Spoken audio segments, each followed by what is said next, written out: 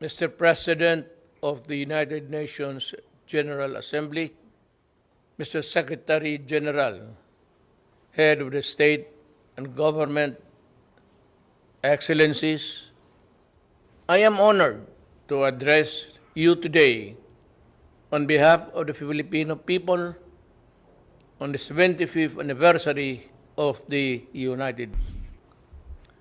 The invisible enemy that is COVID-19 has brought about an unfamiliar global landscape and unleashed a crisis without precedent. It is the biggest test the world and the United Nations face since World War II.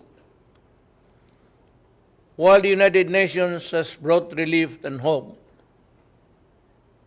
to so many countries and peoples around the world, it now finds itself saddled by a virus that has taken many lives and wrecked economies and social order. We are at a crossroads. How we address COVID-19 will define our future. For the Philippines, this means putting up all of the peoples of our United Nations at the core of this response. We will need to ask hard and fundamental questions about the vision and mission that the United Nations conceptualized 75 years ago. We need to ask ourselves whether or not we have remained true and faithful to the United Nations principles and ideals. Mr. President, in the light of the realities of the present, the Philippines grieves with all of the families all over the world who lost their loved ones to this horrible virus. We extend our heartfelt condolences.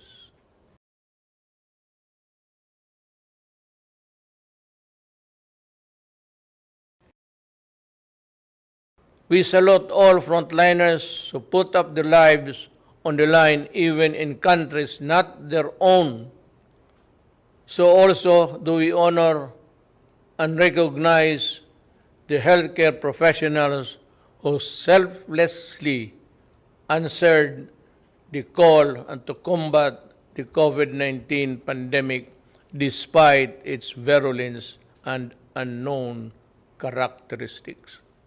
While each nation has its own strategy in fighting the pandemic, what the world needs are coordinated international plans and efforts to pursue a common purpose. COVID-19 knows no border, it knows no nationality, it knows no race, it knows no gender, it knows no age, it knows no creed. The Philippines values the role that the United Nations plays in its fight against the pandemic. And a middle-income country whose economic advantages have been derailed by the pandemic, we welcome the launch of the UN COVID Response and Recovery Fund. Ensuring universal access to anti-COVID-19 technologies and products is pivotal in the global pandemic recovery. The world is in the race to find safe and effective vaccine. When the world finds that vaccine, access to it must not be denied nor withheld. It should be made available to all rich and poor nations alike as a matter of policy. The Philippines joins our partners in the ASEAN and the non-aligned movement, and in raising our collective voice, the COVID-19 vaccine must be considered a global public good. Let us be clear on this. We can call for a global health agenda with enough resources and policy space for the World Health Organizations. We need a WHO that is quick to coordinate and quicker to respond. The Philippines will do its part in the pooling of global resources. Our health workers are among the best. Mr. President, just as we needed stability and confidence because of the pandemic, geopolitical tensions continue to rise. Escalating tensions benefit no one. The new flashpoints heighten fears and tend to tear peoples apart. When elephants fight, it is the grass that gets trampled flat. Given the size and military might of the contenders, we can only imagine and be aghast at the terrible toll on human life and property that shall be inflicted if the world war deteriorates into a real war of nuclear weapons and missiles. I therefore call on the stakeholders in the South China Sea, the Korean Peninsula, the Middle East, and Africa. If we cannot be friends as yet, then in God's name, let us not hate each other too much. I heard it once said, and I say it to myself, complete agreement. Mr. President, Filipino migrant workers have been devastated by the pandemic. Many have lost not only their livelihood, but also their health and lives as well. Yet they go on in the front lines, healing, caring others in the different parts of the world. The Philippine government has embarked on an unprecedented repatriation program. More than 345,000 overseas Filipino workers needed to come home then. We have brought back half and are bringing back the rest. We thank the countries that have provided Filipino migrants with residence permit, access to testing, treatment, and related health services in this pandemic. We brought back most of our seafarers who were stranded because of COVID-19 restrictions. We pioneered with the IMO of the Green Lane for a safe changes of seafaring crews. In these times, we need stronger cooperation in promoting and protecting the rights of migrants, regardless of their migrant status. We must all adhere to the Global Compact of safe, orderly, and regular migration. Unless states include all the migrants in this response to this pandemic, no one among us is safe until everyone is safe, as the Secretary General has said. With the poverty rate reduced at 16.6% and a sustained economic growth of 6.4%. Between 2010 and 2019, the Philippines was on track to becoming an upper middle income country by the end of 2020. But the pandemic has placed our economy in recession. Despite this downward pressure on growth, the Philippines remains committed to the Sustainable Development Goals. Mr. President, the same urgency needed to fight COVID-19 is needed to address the climate crisis. This is a global challenge that has worsened existing inequalities and vulnerabilities from within and between nations. Climate change has worsened, and the ravages of pandemic. People in the developing countries like the Philippines suffer the most. We cannot afford to suffer more. The Philippines joined the Paris Agreement to fight climate change. We call on all parties, especially those who have not made good their commitment to fight climate change, to honor the same. We call on all parties to strengthen communities and peoples for preparedness and resilience. We're talking about mankind and Earth, our one and only home. Mr. President, the Philippines will continue to protect the human rights of its people, especially from the scourge of illegal drugs, criminality, and terrorism. A number of interest groups have weaponized human rights, some well-meaning, others ill-intentioned. They attempt to discredit the functioning institutions and mechanisms of democratic country and a popularly elected government which in its last 2 years still enjoy the same widespread approval and support. These detractors pass themselves off as human rights advocates while preying on the most vulnerable humans, even using children as soldiers or human shields in encounters. Even schools are not spared from their malevolence and anti-government propaganda. They hide their misdeeds under the blanket of human rights, but the blood oozes through. To move forward, open dialogue and constructive engagement with the United Nations is the key. But this must be done in full respect of the principles of objectivity, non-interference, non-selectivity, and genuine dialogue. These are the fundamental basis for productive international cooperation on human rights. Mr. President, terrorism looms large.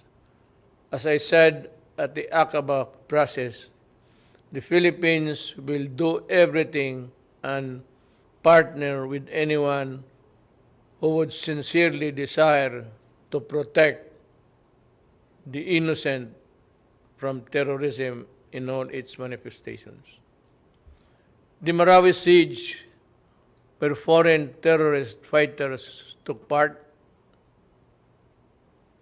taught us that an effective legal framework is crucial. Our 2020 Anti-Terrorism Act shores up the legal framework by focusing on both terrorism and the usual reckless response to it. Its enactment was done pursuant to our commitment and the strict adherence to the relevant Security Council resolution and the UN Global Counter-Terrorism Strategy. Most importantly, we remain committed to rebuild the stricken community and address the root causes of terrorism and violent extremism in my country. We must remain mindful of our obligation and commitment to the Charter of the United Nations, and as amplified by the 1982 Manila Declaration on the peaceful settlement of international disputes, the Philippines affirms that commitment in the South China Sea in accordance with UNCLOS and the 2016 Arbitral Award. The award is now part of international law. Beyond compromise, and beyond the reach of passing governments to dilute, diminish, or abandon. We firmly reject attempts to undermine it. We welcome the increasing number of states that have come in support of the award and what it stands for: the triumph of reason over rashness, of law over disorder, of amity over ambition. This, as it should, is the majesty of the law. Mr. President, the global health crisis has further complicated the global security environment. But no aspiration nor ambition can justify the use of weapons that destroy indiscriminately and completely. There is no excuse for deaths that a nuclear war could cause, nor the reckless use of chemicals and biological weapons that can cause mass destruction. These weapons of death put us all at mortal risk, especially if they fall into the hands of terrorists without a shred of humanity in their soul. We can call all member states to fully implement the Nuclear Non-Proliferation Treaty and the Chemical and Biological Weapons Convention. I have asked the Philippine Senate to ratify the treaty on the prohibition of nuclear weapons, and importantly, we were among those to sign it first. Mr. President, the Philippines has a long history of opening its doors to the refugees. From the White Russians following the 1917 revolution, and the European Jews in the Second World War, and the Vietnamese in the late 1960s, and the Iranians displaced by the 1979 revolution, among others. The Philippines continue to honor this humanitarian tradition in accordance with our obligation under the 1951 Convention of the Status of Refugees and the 1967 Protocol. But lest we forget, helping the most vulnerable, those displaced by conflict, persecution, and political instability is a shared responsibility of all countries. As I have said many times, the doors of the Philippines are open, as they have always been, to everyone fleeing for safety, such as the Rohingyas. In the face of mounting refugee crisis worldwide, let us work together towards ending the conflicts and conditions that force people to flee their homes. Mr. President, as our societies become more diverse yet interdependent, social cohesion issues come to the fore. Mutual understanding always accompanied by mutual tolerance between those of different faiths and cultures is the only foundation of societies at peace with itself and all others. Finally, I express gratitude to the gallant peacekeepers, including our own, who advance the cause of peace in the most difficult situations. From the Golan Heights in the Middle East to Liberia in West Africa, Filipino peacekeepers put themselves in the front line between the vulnerable and those who seek harm. We are committed to increasing Philippine footprint in UN peacekeeping operation with increased participation of women. Again, Mr. President, to defeat COVID-19 pandemic and other challenges, we must work with seamless unity, which demands complete mutual trust and the conviction that we will win or lose together. We cannot bring back the dead, but we can spare the living, and we can build back better, healthier, and more prosperous and just societies. To this end, we rededicate ourselves to the multilateralism. The UN remains humanity's essential organization, but it is only as effective as we make it. To make significant changes, we need to be bold. We need the same collective courage that finally made the United Nations a reality 75 years ago. We need to act on long-standing recommendations to improve the Security Council's composition and working together and working methods, to strengthen the role of the General Assembly and to streamline the processes and the operation of the UN. Indeed, to be ready for the new global normal, it cannot be business as usual for the UN. Let us empower the UN, reform it to meet the challenges of today and tomorrow. Let us strengthen it so it can fully deliver its mandate to maintain peace and security, uphold justice and human rights, and promote freedom and social progress for all. After all, we are the United Nations. Thank you.